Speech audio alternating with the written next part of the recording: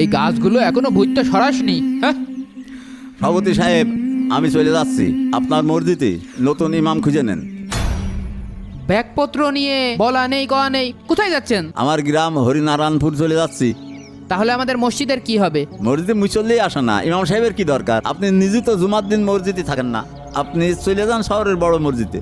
আপনি তো তাবলিগ করেন, মসজিদে লোকজন আসছে না, গ্রামবাসীকে দাওয়াত দেন। দাওয়াত? সভাপতি সাহেব, এই মসজিদে 5 বের আজান দেওয়া হয়, সেই আজানের ডাকে কেউ আসে না।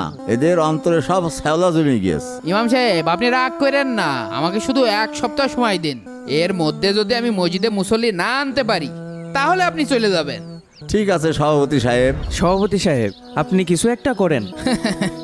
আমার একটা সিস্টেম আছে, দেখি সিস্টেমটা কাজে লাগাই, বাদ বাকি আল্লাহ ভরসা। সিদ্দিক মুন্সি সাহেবের পক্ষ থেকে জানানো চাচা মাইকি কি হয়েছে যে করছে? যারা জোহরের নামাজে আসবেন না